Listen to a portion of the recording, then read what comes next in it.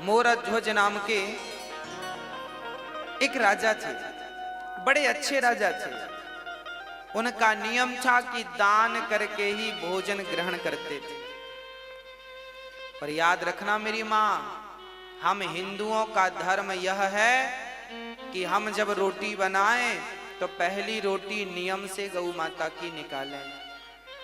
हम हिंदुओं का कर्तव्य है कि हम आखिरी रोटी कुत्ते को निकालें।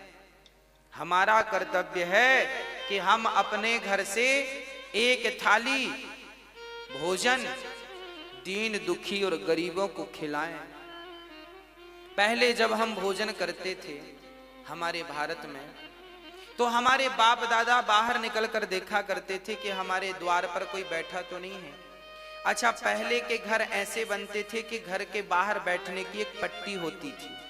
पुराने घर ऐसे ही बनते थे कि कोई भी आके बाहर बैठ जाता था, और हम लोग भी बाहर कभी कभी घर वाले भी बैठते थे, बातें होती थी, चर्चाएं, सत्संग। तो पहले हर घर में ऐसा व्यवस्था थी कि बाहर बैठने की एक पट्टी हुआ करती थी, पक्की। पर्ची बोलते थे बाहर, आंगन बोलो, आंगन अलग है, पर्ची बोलते थे, होती थी। जब आप भोजन करने बैठे तो बाहर निकलकर जरूर देखें कि आपके बाहर कोई है तो नहीं भूखा।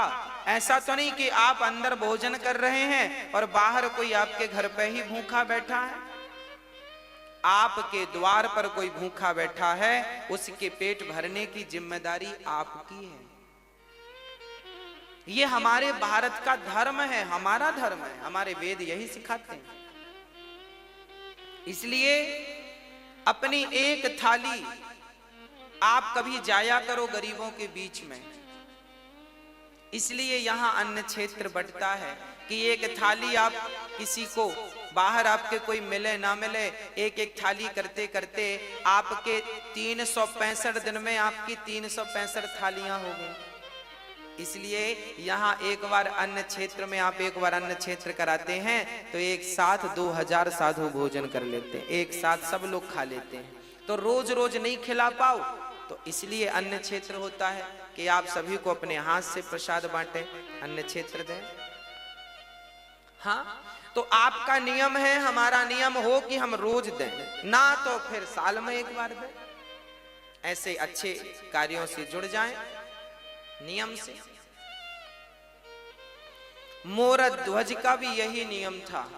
रोज ब्राह्मणों को बुलाते, उनके चरण धोते, उनकी सेवा करते, उनकी वंदना करते, उनको भोजन कराते, और उनके कहने पर जो वो कहते वो दान करते।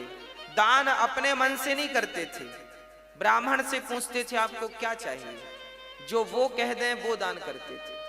वो कहें कि हमें गाय चाहिए तो गाय दान कर देते थे, वो कहें हमें सोना चाहिए सोना दान, वो कहें हमारे रहने को घर नहीं है तो जमीन दान कर देते थे। राजा थे, ब्राह्मणों से पूछ कर दान करते थे आपको उनके मन का। ऐसे सत्यनिष्ठ राजा मोरध्वज, इनका डंका बजने लगा पूरे दुनिया में। इनके जैसा राजा, इनके जैसा दानी, इनके जैसा धर्मनिष्ठ ना भूतो ना भविष्य। एक दिन जब भगवान श्री कृष्ण थे तब अर्जुन ने कहा, चूंकि धर्मराज युधिष्ठिर ने यज्ञ किया था, उस यज्ञ में सबको भोजन, लाखों लोगों को भोजन कराया था, और इतना दान दिया गया था कि ब्राह्मण लेकर जा ना सके, कुछ छोड़कर चले गए। एक दिन अर्जुन ने बड़े अहंकार से कहा कि कन्हैया, आज तक मेरे भैया जैसा यज्ञ और दान आज तक किसी ने किया है? तो भगवान है। जब अर्जुन ने कहा कि मेरे भाई युधिष्ठिर जैसा यज्ञ, इनके जैसा है कोई धर्मात्मा दानी, तब भगवान मुस्कुरा के बोले, अर्जुन तुम्हारे भाई का नाम तो दानियों में सबसे नीचे है। अब अर्जुन को बड़ा बुरा लगा, इतना दान करने के बाद भी लिस्ट में नीचे नाम। तो अर्जुन ने कहा, फिर ऊपर किसका नाम है? भगवान ने कहा आप अर्जुन तुम मत सुनो, अपना काम करते रहो। नहीं नहीं प्रभु बताओ ऊपर नाम किसका है? तब भगवान ने कहा सबसे ऊपर नाम है मेरे प्यारे भक्त मोरध्वज का। अर्जुन को बड़ा बुरा लगा। अर्जुन को लगा कि मेरे भाई से बड़ा दानी, उनको डाउट था कि मेरे भैया से बड़ा दानी हो नहीं सकता। अर्जुन बोले प्रभु हमें देखना है कि वो कैसा दानी है, क्या दे सकता है। अरे हमारे भाई ने क्या नहीं दिया, धर्मराज युधिष्ठिर ने इतना दिया पंडित जी ले जा ना सके, ऐसा वो क्या दे सकता है। अर्जुन मानने को तैयार नहीं थे। मैं नहीं मानता कि वो दानी है। भगवान बोले तो परीक्षा ले लो। भगवान ने कहा ले लो। अर्जुन ने कहा आपके सहयोग के बिना परीक्षा संभव नहीं है। तो प्लान बनाया गया, यमराज जी को बुलाया गया, यमराज को शेर बना दिया गया, तुम शेर बन जाओ। बूढ़े शेर, दांत टूट गए सारे, और अर्जुन ब्राह्मण बन गए और भगवान श्री कृष्ण भी ब्राह्मण बन गए। दो पंडित जी और एक शेर, तीनों चले मोरध्वज के द्वार पर। भिक्षाम देही, भिक्षाम देही, हे राजन हमें भिक्षा दो। तुरंत राजा दौड़ कर आए, ब्राह्मण आइए आइए आइए, स्वागत है, मेरे तो भाग्य खुल गए, आप जैसे दिव्य ब्राह्मणों का पदार्पण घर में हुआ।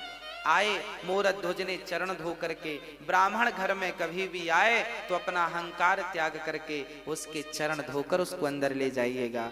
जब उसके चरण धोकर अंदर ले जाएंगे तो आपके सारे समस्त पाप नष्ट हो जाएंगे। चरण धोना परंपरा रही है हमारे यहाँ। एक बहुत बड़े कोई व्यक्ति थे, ज्ञानी, वो भी ब्राह्मण थे। उन्होंने अपनी बेटी की सुंदरता देखी तो एक सुंदरता देखकर एक लेख लिख दिया, मेरी बेटी इतनी सुंदर है, इतनी सुंदर, इतनी सुंदर। जैसे ही वो अपनी बेटी की सुंदरता का निरूपण अपने एक ग्रंथ में कर रहे थे, तभी उनको कोढ़ का रोग हो गया। ब्राह्मणों को बुलाया, भाई हम तो देखो बेटी के ऊपर ये ग्रंथ तैयार कर रहे हैं, बेटी कितनी सुंदर है, लोग पढ़ेंगे, हमें कोढ़ क्यों हो गया। तब ब्राह्मणों ने कहा कि बाप थोड़ी बेटी की सुंदरता का वर्णन कर सकता है। अरे सुंदरता का वर्णन तो पति कर सकता है पत्नी की, मेरी पत्नी ऐसी सुंदर है। आप क्या तैयार कर रहे हैं ग्रंथ, आपको उसी पाप से रोग हो गया है, अब ठीक कैसे होगा। बोले सारे ब्राह्मणों को बिठाओ, इनके चरण धो और इनके चरण के धोए हुए जल से स्नान कर लो, अपने आप आपका रोग ठीक हो जाएगा। जब ब्राह्मणों के चरणों के धोने से स्नान किया तब उनका रोग ठीक हो गया।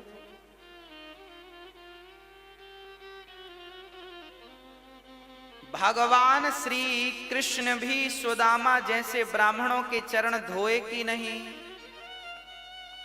हाँ या ना। वो तो भगवान थे ना, भगवान को क्या जरूरत थी ब्राह्मण के चरण धोने की। अरे ब्राह्मण तो खुद पांव पड़ते हैं भगवान के, ब्राह्मण तो खुद भगवान के चरणों की धूल मस्तक पर रमाते हैं, ब्राह्मण तो खुद अपने आंसू बहाते हैं भगवान को पाने के लिए। उस परमात्मा के लिए हम रोते हैं और वो हमारे चरण क्यों धोएगा। क्योंकि भगवान कहते हैं अतिथि देवो, यदि मैं ही इस मर्यादा का पालन नहीं करूंगा कौन करेगा। इसलिए भगवान ने ब्राह्मण सुदामा के चरण खुद धोए हैं और फिर उन्हें भोजन कराया है। आपके घर कभी ब्राह्मणों को बुलाना भोजन पर तो सबसे पहले उनके चरण धोना और चरण धोकर ही उन्हें भोजन पर बिठाना, भोजन कराना। आजकल तो 13ही बरसी में भी लोग पांव नहीं धुलते। आप अपने माता पिता की 13ही करते हो ना, बरसी करते हो ना, तो आज के बच्चे तो इतने एडवांस हैं, वो पांव धुले क्यों, क्योंकि वो तो बड़े साहब हैं, पांव धुलने में शर्म आएगी, काहे धुलेंगे पांव। अरे भैया, ब्राह्मणों के चरण को जब आप धुलते हैं तो ब्राह्मणों के चरणों को धुलने में जितना पानी खर्च होता है वही पानी तुम्हारे पूर्वजों को पानी प्राप्त होता है पीने के लिए रास्ते में। मैं मरूंगा तो मैं भी वही पानी पीऊंगा जो मैंने ब्राह्मणों के चरणों को धो करके बहाया है, वही पानी मुझे पीने को मिलेगा। आप भी मरेंगे तो आप भी प्यासे मर जाएंगे यदि कभी ब्राह्मणों के चरण नहीं धोए तो। जीवन में जलदान करना चाहिए, जो जलदान करते हैं वो पानी मिलता है आपको। और यदि जलदान नहीं कर पाए तो फिर चरण धो ब्राह्मणों के। इसलिए 13 में चरण धोए जाते हैं। ब्राह्मण 13 ब्राह्मण के चरण धोकर बिठाया जाता ना प्रसादी के लिए। अब ये परंपराएं बंद हो गई हैं, लगभग सब मॉडल हो गए हैं, सब बड़े बन गए हैं, छोटा कोई बनना नहीं चाहता आजकल। आज एक बार कोई व्यक्ति बड़ा हो जाए उसके बाद छोटा नहीं बनना चाहता, वो कहता मैं तो खुद बड़ा हूं। गलत बात है। बड़ा वो नहीं है जो अपने आप को बड़ा बनाए और समझे, बड़ा वो है जो अपने आप को बिल्कुल मसक समान रूप कपिधरी अति लघु रूप पवन सुत लीन्हा। हनुमान जी लंका गए, बड़े बनकर नहीं गए, छोटे बनकर गए। इसलिए ब्राह्मणों के चरणों से प्रीति हो, माता पिता के चरणों से प्रीति हो, माता पिता के चरणों को धोया करो। चलो ब्राह्मणों के चरणों को नहीं धोते हो कोई बात नहीं, माँ के चरणों को धोगे तो उनका जो जल बचेगा वो भी तुम्हें मरने के बाद पानी के रूप में प्राप्त होगा, वही मिलेगा। और नहाने में तुमने जो 20 बाल्टी बहाए हैं ना उसका रत्ती भर मिलने वाला नहीं है।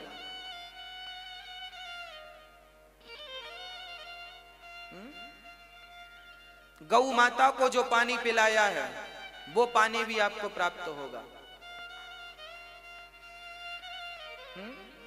जरूरतमंदों को जल का दान दिया है वो भी जल आपको प्राप्त, जो दिया है वो मिलेगा, सीधी बात। गाली दी है तो गाली मिलेगी और राम राम दिया है तो राम राम मिलेगा। बस ये समझो कि कांटा चुभोया है तो तुम्हें भी कोई पीछे से चुभोएगा, और तुमने एक चुभोया वो 2 चुभोए, ब्याज भी मिलता है। और आपने किसी के रास्ते में पुष्प बिछाए हैं तो आपने गुलाब के बिछाए हैं तो फिर आपको कमल के पुष्प कोई बिछा के देगा, क्योंकि ब्याज अच्छे का अच्छा बुरे का बुरा। जैसी करनी। अब भगवान श्री कृष्ण आए हैं और उनको मोर ध्वज ने बिठाया है, चरण धोए हैं और चरण धो करके भोजन। ब्राह्मणों ने कहा राजन हम भोजन बाद में करेंगे, पहले हमारा शेर बाहर खड़ा है उसे आप कुछ भोजन की व्यवस्था कीजिए। हाँ हाँ मोरध्वज बोले बताइए शेर क्या खाएगा, उसके लिए हमारे पास बढ़िया जो कहें वो हलवा बनवाएं, जो कहें वो रोटियां बनवाएं, मालपुआ खवाएं। क्या खाता है आपका शेर?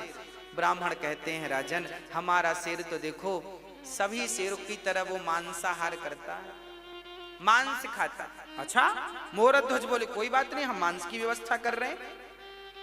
अच्छा कहां से मांस लाओगे? बकरे को मारोगे? ना ना ना। गाय को मारोगे? ना राम राम राम राम राम। फिर मुर्गी को मारोगे? ना ना ना ना। फिर किसी प्रजा को मारोगे? ना ना प्रजा तो भगवान है उसे क्यों मारेंगे? मोरध्वज से भगवान ने कहा फिर तुम कहां से मांस लाओगे?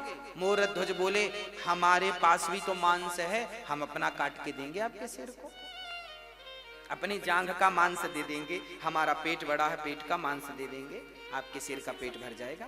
देखो एक राजा, वो राजा क्या उसके राज्य में बकरा बकरी नहीं थे? कह देता बकरे को ले लो बकरा देता हूं मैं, ना जीव हत्या पाप है, अहिंसा ही परमो धर्म। हम किसी की हत्या नहीं करेंगे, अपना मांस काट के देंगे। शिवी ने भी अपना मांस काट के एक कबूतर के लिए दिया था। मोरध्वज बोले अपना, ब्राह्मण बोले सुनो आपका मांस हमारा शेर खाएगा ही नहीं। क्यों? बोले आप बूढ़े हैं ना, आपका मांस कठोर हो गया है, पर हमारा शेर जो है उसके दांत गिर गए हैं, बुढ़ा हो गया है, कोमल कोमल मांस खाता है। फिर किसका मांस? ब्राह्मणों ने कहा पहले संकल्प लो, दान लेने के पहले संकल्प ले लिया जो मांगेंगे दोगे। मोरध्वज ने कहा दिया। तो सुनो, आपका बेटा है। हाँ हाँ है, ताम्रध्वज, मोरध्वज का बेटा ताम्रध्वज। अभी उसकी उम्र थी लगभग 5-6 वर्ष की, और अभी 5-6 वर्ष पहले ही हुआ है। अभी बुढ़ापे में बेटा हुआ था, कोई संतान थी नहीं मोरध्वज की। बुढ़ापे में पुत्र का सुख मिला है। ब्राह्मणों ने कहा कि आपका बेटा है, हमें अपने शेर के लिए आपके पुत्र का मांस चाहिए। बच्चे का मांस बड़ा कोमल होता है, वो बड़ी आसानी से खा लेगा। आप जल्दी से अपने बेटे को लाइए और उसे खड़ा करिए। और सुनो, हमारे शेर के दांत गिर गए हैं तो मांस फाड़ नहीं सकता, इसलिए आप दोनों पति पत्नी अपने बच्चे को बीच से आरे से चीर करके फाड़िए और फाड़ करके मेरे शेर को डालिए। अब तो राजा दंग रह गए। राजा कुछ समझ ना पाए। एक पिता एक मां अपने बेटे को वारे, चलो बेटे का दान तो बहुत लोगों ने किया, पर बेटे को वारे से चीरना, और उस बेटे को जो एक ही बेटा हो, बड़ा लाड़ प्यार का बेटा हो। अब तो राजा का दिल जोर जोर से धड़कने लगा। समस्या ये नहीं थी कि बेटे को वारे से चीरना है, समस्या तो राजा के सामने यह थी कि बेटे को जबरदस्ती यदि फाड़ेंगे तो बाल हत्या का पाप लगेगा। किसी को जबरदस्ती मारेंगे तो पाप नहीं लगेगा। तभी देखो हमारे यहां धर्म कैसा है। वो नन्हा सा बालक जो मोर ताम्रध्वज था, वो दौड़ कर आया और पिता से कहने लगा, पिताजी इतना क्या सोचते हैं? आप यही सोच रहे हैं ना कि मैं तैयार हूं अपना मांस देने को या नहीं?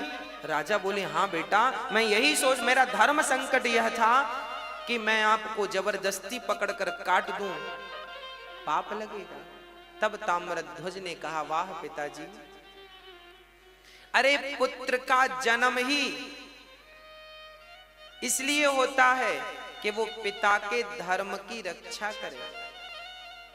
जिस पुत्र ने अपने पिता के धर्म की रक्षा नहीं की, उस पुत्र का पुत्र होना व्यर्थ है, क्योंकि आपने अपने पिता के धर्म की रक्षा नहीं की। उस बेटे ने कहा, पिताजी आज आपका धर्म ना चला जाए, इसलिए अपने धर्म को बचाइए। बेटा चला गया तो कल दूसरा बेटा आ जाएगा, पर धर्म चला गया तो दोबारा धर्म लौट कर नहीं आएगा। इसलिए धर्मो रक्षति रक्षित, धर्म की रक्षा करो। ताम्रध्वज खड़ा हुआ। राजा ने आरा लकड़ी चीरने का आरा पकड़ा, पर रानी मां उसे तैयार करना बड़ा कठिन है। जब राजा ने कहा कि हमने ब्राह्मणों को वचन दिया है कि अपने पुत्र का मांस शेर को खिलाएंगे, पत्नी से कहा, क्या तुम इस धर्म में मेरा सपोर्ट करोगी? अच्छा, वो भी कह देती कि मेरा बेटा है, आपकी बस थोड़ी है। वो कहती मेरा भी अधिकार है, मैं नहीं मरने दूंगी इसे, तो भी धर्म का।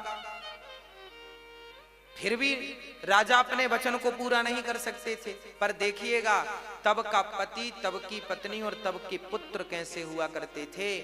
पत्नी ने कहा, स्वामी जी आप अपने धर्म की रक्षा कीजिए, मेरे तो ऐसे 100 बेटे आपके धर्म के लिए बलिदान हैं, कुर्बान हैं। आपके धर्म के लिए यदि मैं मेरे पुत्र का, मेरे ममत्व का बलिदान देना पड़े तो मैं अपने ममत्व का बलिदान दे दूंगी। खड़ा कर दिया बेटे को, बेटे की मर्जी से, और आरा रखा गया। आरा चीर करके अब आरा सिर पे रखा, और जैसे ही आरा चलाने लगे, उस नन्हे से बच्चे ने कहा, पिताजी एक पल के लिए रुक जाइए। मां रुक जाइए। अंदर से गया और रुई लेकर के, रुई कान में लगा दी मां के पिता के कान में। मां ने कहा, बेटा ये कान में तुमने रुई क्यों लगा दी? पिता ने कहा, बेटा ये मेरे कान में रुई क्यों लगाई? तब उस नन्हे से ताम्रध्वज ने कहा, पिताजी, माँ जी, जब आप आरा चलाओगी ना तो हो सकता है मैं दर्द के मारे चीखूं, हो सकता है मैं चिल्लाऊं, पर माँ मैं कितना भी चीखूं, मैं कितना भी चिल्लाऊं, मैं चाहता हूं कि मेरी चीख आपके कान तक ना जाए, इसलिए मैंने रुई लगा दी, क्योंकि कान तक मेरी चीख चली गई तो आप आरा चलाना रोक दोगे, और आरा चलाना रुक गया तो आपका धर्म ही संकट में पड़ जाएगा। और मैं नहीं चाहता कि मेरी कोई चीख आपके धर्म पर कोई बाधा बने, रुकना नहीं चाहिए आरा। बस खड़े हो गए ताम्रध्वज, आंख कानों में रुई लगाई, और वो माता पिता अपने धर्म की रक्षा के लिए अपने पुत्र को ही बीच से चीर दिया। देखते देखते खून की पिचकारियां निकलने लगीं, कभी वो माँ के मुंह को भिगाए तो कभी पिता के मुंह को भिगाए, और वो पिचकारियां निकलती जा रही हैं और आरा चलता जा रहा है। ये भारत की सत्य घटनाएं हैं, ऐसा हुआ है, ऐसा भारत था हमारा। दर्शन करो इस भारत का, ऐसा भारत कि धर्म के लिए पुत्र तैयार हो गया, और धर्म के लिए माँ बाप ने बच्चे को आरे से, चूंकि वचन दे दिया था कि मैं आपको, आपके शेर को मांस दूंगा, 2 भागों में काट दिया। अब रानी रोने लगी, अब बच्चे को जब देखा तो रोने लगी। ब्राह्मणों ने कहा खबरदार, यदि आप रोए तो हमारा शेर मांस खाएगा नहीं, चला जाएगा भूखा, आपको रोना नहीं है। अब देखो, माँ ने बेटे को आरे से चीरा है, बेटा मर गया है, पर शर्त यह है कि इसके मरने पर रोना नहीं। अरे रोकर ही अपना दुख कम कर लेती वो माँ, पर रोने में भी पाबंदी लगा दी। ब्राह्मणों ने कहा इसका दायां भाग उठाकर मेरे शेर को डाल दो और बायां भाग ले जाकर फेंक दो। तब उस मां की आंखों से एक आंख से आंसू निकल गए। ब्राह्मणों ने कहा मां रोई क्यों? तब कहा उस मां ने, मेरे पुत्र का एक अंग तो आपके काम आ सका, पर दूसरा अंग आपके काम ना आ सका, इसलिए आंखों से आंसू निकल आए। शेर ने उस मांस को खा लिया और अब ब्राह्मण बड़े प्रसन्न हुए। ब्राह्मणों ने कहा राजन, अब हमें भी भूख लग रही है, अब हमें भोजन परोसो। राजा रानी ने थाल लगाई और ब्राह्मणों को परोसा, और ब्राह्मण जैसे ही रोटी तोड़कर अपने मुंह तक ले गए, वापस रख दिया। ब्राह्मणों ने कहा राजन, हम आपके घर भोजन नहीं करेंगे। क्यों नहीं करेंगे? क्योंकि आप हत्यारे हैं। कौन सी हत्या? आपने अभी अभी अपने बच्चे को मारा है, और हत्यारों के घर हम भोजन नहीं करते। ये कहकर ब्राह्मण जाने लगे, तब मोरध्वज चरणों में गिर पड़ा। महाराज, मेरे घर से अतिथि भूखा चला जाएगा तो मेरे जीवन भर की भक्ति, जीवन भर का पुण्य आज बेकार हो जाएगा। ब्राह्मण देवता, मेरे घर से आप भूखे ना जाइए, आप भूखे ना जाइए।